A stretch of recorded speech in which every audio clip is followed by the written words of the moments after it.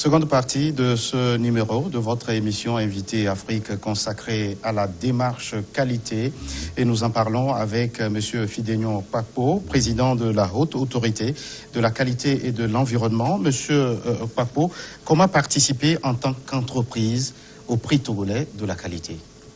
Toute entreprise légalement constituée au Togo et régulièrement qui paie ses impôts notamment, et qui s'inscrit dans la démarche qualité est autorisé à participer au prix, qu'il soit de la transformation, de la production, qu'il soit vraiment des services également. En tout cas, toute forme d'entreprise, dans tout secteur, est concerné par donc, le prix et pays participer. Et donc, les entreprises aussi qui ne sont pas encore dans la démarche qualité et qui aspirent dans la qualité sont aussi concernées. Parce qu'avec le prix qualité, les entreprises là aussi qui participent au prix commencent à comprendre, on leur inculque la notion de démarche qualité et l'outil gratuit dont ils ont besoin pour pouvoir grandir, implacable, et leur dit les forces et faiblesses sur les points sur lesquels il faut agir pour aller vraiment dans la démarche qualité. Il y a des entreprises, grandes entreprises de la place qui l'ont fait et sont déjà aujourd'hui dans la démarche qualité. Je prends l'exemple de la CET. Elle a participé en n'étant pas nécessairement dans la démarche qualité, mais aujourd'hui, elle est dans la démarche qualité et ça avance très bien à ce niveau-là. Vous avez évoqué le cas du secteur informel qui constitue une part importante dans l'économie nationale. Comment on peut, comment on appelle, promouvoir la démarche qualité à ce niveau lorsqu'on n'a pas un véritable contrôle sur ce secteur? Voilà. Il y a des filières qui seront développées. Par exemple, je prends le cas de l'ananas, par exemple, ou bien le cas de l'anacade, ou de la karité. Enfin, du karité, comme tu le dis. Vous savez qu'il y a beaucoup de nos bonnes femmes qui travaillent sur la karité, le karité. Et donc, aujourd'hui, le karité est considéré comme un produit pilote, un produit porteur, qui peut s'exporter massivement. Il s'exporte d'ailleurs à l'international. Il s'exporte à l'international. Donc aujourd'hui, il est question d'organiser le secteur, la filière, pour que chacun tire son épingle du jeu. Donc, au niveau du secteur informel, par exemple, de ceux qui le font déjà sans être habitués aux bonnes pratiques de production pour tirer le maximum possible de fruits, de les organiser.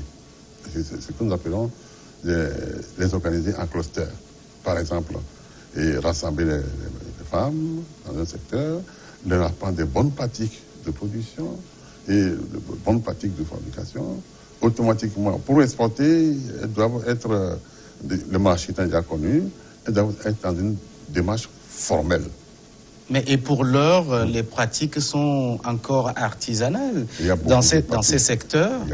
Ça voudrait dire qu'il faut moderniser les modes de production. Ce n'est pas moderniser, oui, on peut l'appeler ainsi, mais il s'agit maintenant de respecter. Donc, vous voyez, si on exporte du karité sans respecter la qualité, on perd. On le vend au prix le plus bas. C'est comme l'anacade, par exemple, aussi. Bon, le gars, il va acheter, il va au marché, sur le marché, il rassemble les anacades et puis il exporte.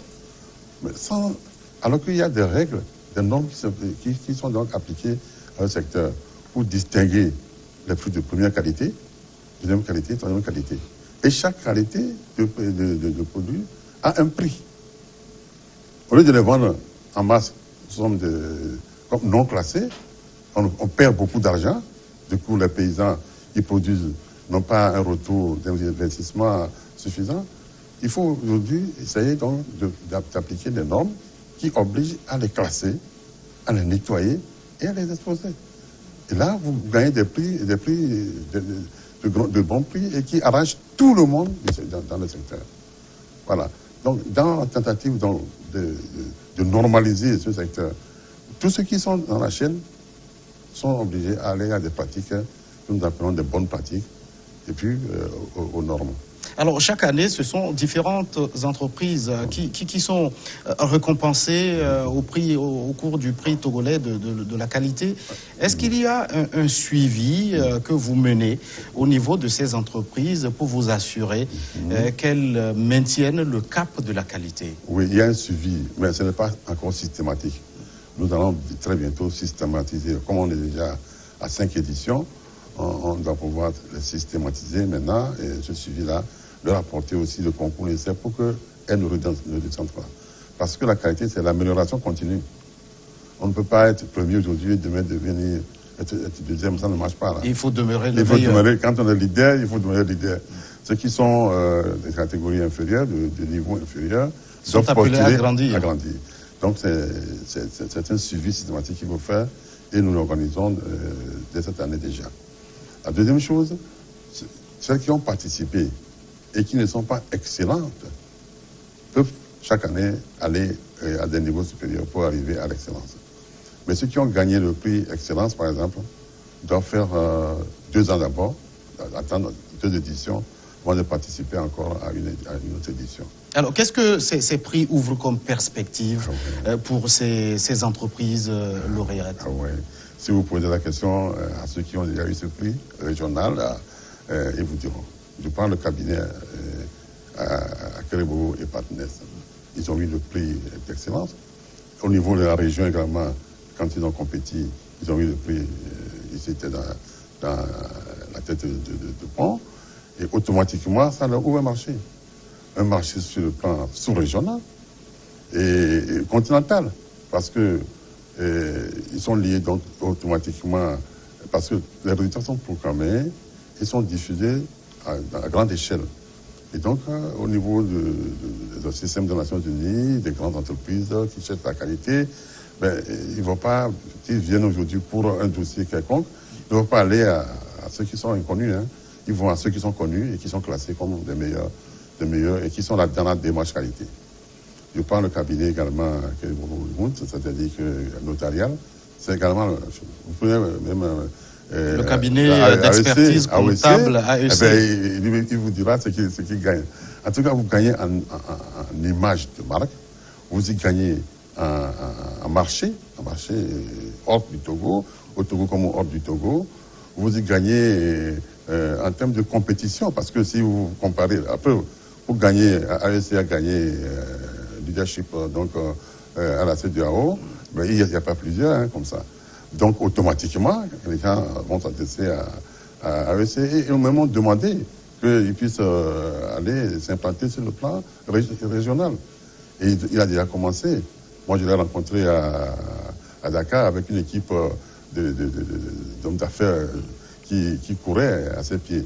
Donc, quand vous gagnez le prix, vous avez d'abord la confiance du client à l'extérieur et l'image de marque de l'entreprise se développe et votre compétitivité se renforce et vous êtes connu mondialement. Et donc, avec tout ce que ça comporte, tout ça comporte comme lauréat qu'on est dans le domaine concerné. Alors, vous parlez du cabinet AEC dirigé par le docteur Charles Birega, qui est aussi fondateur et directeur général de l'École supérieure des affaires, qui a été lauréate cette année du prix togolais de la qualité. Nous lui avons tendu notre micro. Nous allons l'écouter. Très tôt, en tant que fondateur, je me suis donné comme mission de faire de l'ESA une institution de référence dans l'enseignement supérieur privé pour que les gens n'aient plus besoin d'aller en Europe, d'envoyer les enfants en Europe ou aux États-Unis pour avoir de la formation de qualité et pour pouvoir trouver de l'emploi. Donc, à l'ESA, la démarche qualité que nous avons adoptée depuis 2011, qui nous a valu donc la certification ISO 9001 version 2008 en 2013 et la certification ISO 9001 version 2015 en 2017 et très bientôt la certification ISO 21000, ISO 27000 et ISO 50001 viendra encore démontrer la place que nous accordons à la qualité. Mais la qualité n'est pas un vrai mot, parce que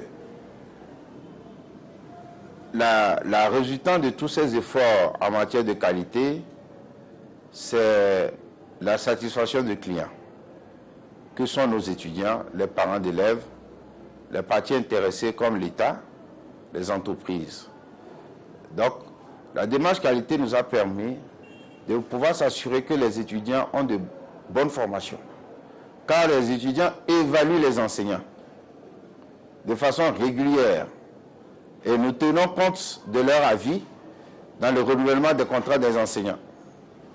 Nous tenons compte de leur avis pour donner des conseils aux enseignants dans ce qu'ils doivent faire de mieux pour que ces étudiants aient les meilleures connaissances du monde. Aujourd'hui, la formation est essentielle dans ce projet que nous avons de devenir un pays émergent. Et j'en suis fier de participer à ce volet. Aujourd'hui, nous sommes dans le PND. On a demandé que le privé joue un rôle important. Je crois que l'enseignement supérieur privé, aujourd'hui, essaie de jouer sa partition. Notre souhait maintenant, c'est que l'État nous accompagne avec des mesures fiscales, des financements, des crédits, des lignes de crédit, car nous pouvons faire beaucoup de choses pour accompagner l'enseignement supérieur public, les universités, encadrer la jeunesse togolaise et pour les former au métier de demain, leur permettre une bonne insertion, une bonne formation académique en vue d'une bonne insertion professionnelle. Je rappelle que l'École supérieure des affaires est partenaire de cette émission que nous avons le plaisir de vous présenter chaque semaine. Alors, Monsieur Papo, ça veut dire à chaque édition des entreprises qui sont primées, ça veut dire que leur compétitivité au niveau sous-régional est aujourd'hui avérée. C'est avéré. D'abord, je voudrais saisir l'occasion pour féliciter encore Dr Birega. Vous voyez, ça ne nous a pas étonné de voir que les arts deviennent aujourd'hui leaders, parce que, ayant été leader pour le cabinet AEC, leader non seulement national, mais parmi les leaders donc, de la sous-région, et avec qui nous voyons que le marché se développe, il est déjà dans la démarche qualité. Hein? Donc, pour passer à son école, l'école des affaires, ce n'est pas facile, mais c'est moins difficile que n'avoir jamais été dans la démarche qualité. Donc, nous le félicitons et nous souhaitons bon courage et bonne réussite à cette école, parce que c'est l'université parmi lesquelles aujourd'hui privée, nationale, qui enseigne la qualité à son sein. C'est pas facile. Donc, ça veut dire qu'il connaît les normes et qu'il achète les normes et enseigne également aux étudiants ces normes-là. Ça veut dire quoi? Ça veut dire concrètement que l'étudiant formé sur cette base peut aller sur le marché et s'adapter très vite à toute situation et même plébiscité, je veux dire, à ce niveau-là, par les entreprises. Ça, alors, le secteur de l'enseignement supérieur est dominé aujourd'hui par le privé. Il y a plusieurs universités privées. Comment les amener toutes à entreprendre, à aller vers cette démarche qualité? C'est la sensibilisation. Et je crois que la dernière fois, c'était, comment on appelle, l'école, bon, ça va venir. Et aujourd'hui, c'est ESA. Et je crois que ça fait déjà 2. Et on attend que les autres viennent également. C'est obligatoire. Monsieur Papo, aujourd'hui, on voit dans le secteur privé, l'enseignement supérieur est vraiment détenu par le privé. Comment faire en sorte que cette multitude d'universités privées puisse s'inscrire dans la démarche qualité? Je crois que c'est ce que nous avons déjà commencé. On a eu Formatec, qui était donc excellente en l'édition passée. Et on a aujourd'hui ESA, qui est arrivé au summum. Excellente aussi cette fois-ci. Et naturellement, va aller au prix régional de la CEDEAO. Donc, petit à petit, ça va venir, mais nous devons développer une stratégie particulière pour ce secteur parce que le secteur privé n'a pas toujours la satisfaction de ceux qui sortent donc des centres de formation, des grandes écoles. Donc aujourd'hui, il est question d'allier la formation à la demande du secteur privé, du marché du travail. Parce que le tout n'est pas de former, le tout est de former pour exécuter, exercer plutôt un métier et l'exercer de façon excellente, en étant compétent. Donc aujourd'hui, l'accent est tourné sur ce point et nous allons donc systématiser nos efforts dans ce sens en les sensibilisant davantage. Et donc, l'exemple est montré donc par ceux qui sont déjà passés, et actuellement c'est l'ESA. Ce qui est encore particulier à l'ESA, c'est qu'eux-mêmes, ils enseignent la qualité. Ah oui, ça c'est très important. C'est un élément de plus. Et donc, encourager les gens à enseigner davantage la qualité dans l'enseignement.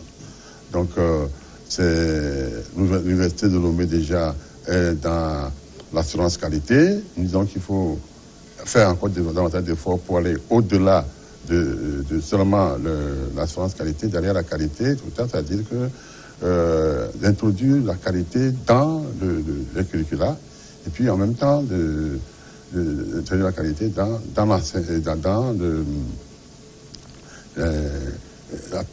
tout le secteur, quoi, que ce soit les enseignants, la qualité de l'enseignement, l'évaluation des étudiants. Bref, tout ce qui peut les amener à être bien formés, compétentes pour exercer le métier sur le travail. Alors, au niveau sous-régional, au niveau de l'espace communautaire à CEDEAO, il y a quelques entreprises togolaises qui ont fait parler d'elles. Est-ce que ça vous satisfait ou vous vous dites il y a encore du chemin à parcourir vu la compétitivité sous-régionale? Comme je vous l'ai dit, la qualité, c'est une perpétuelle remise en cause, une perpétuelle remise en cause pour tout mieux faire. Nous sommes satisfaits des gens qu'on a déjà, mais ce n'est que le début. Il faut arriver à ce qu'on ait une masse critique très importante dans le secteur. Donc, il y a encore du chemin à faire, mais je pense que avec la compréhension que les gens ont aujourd'hui de la démarche qualité, ils sont en train de venir un à un. Et nous voulons qu'ils viennent davantage. C'est ce que je peux dire. Alors, M. Paco, si vous aviez un message particulier à l'endroit de ces responsables, de ces dirigeants d'entreprise, avant qu'on ne se sépare, que leur diriez-vous? Je dirais d'abord, avant de dire ce que je veux comme message, je dis que nous sommes actuellement arrivés au niveau de l'implantation, la création d'un centre national de certification produit. C'est très important. Et donc, les entreprises attendent beaucoup de ça et la clientèle attend beaucoup de ce service. Et on vient de commencer à l'implanter. Et donc, dans les très proches à venir, ces services seront disponibles au Togo, dans tous les sens. Mais ce centre est national et s'inscrit dans la démarche qualité, dans l'infrastructure qualité, non seulement régionale, mais en même temps africaine.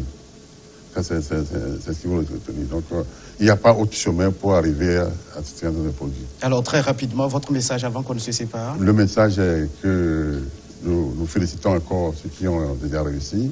Et nous attendons encore davantage de sociétés pour venir au prix, beaucoup au prix, et pour que leurs compétences soient avérées et reconnues par tout le monde. Ça va de l'intérêt, de la compétitivité, et ça va aussi au développement donc, du pays et qui s'est engagé désormais actuellement dans le PND, et tout le monde doit travailler à ce que ce programme réussisse. C'est l'appel de Fidénion Papo, le président de la Haute Autorité de la Qualité et de l'Environnement. Merci d'être passé sur ce plateau. Merci de m'avoir invité aussi. Merci à vous qui êtes restés en notre compagnie. À très vite pour un nouveau numéro de votre émission Invité Afrique.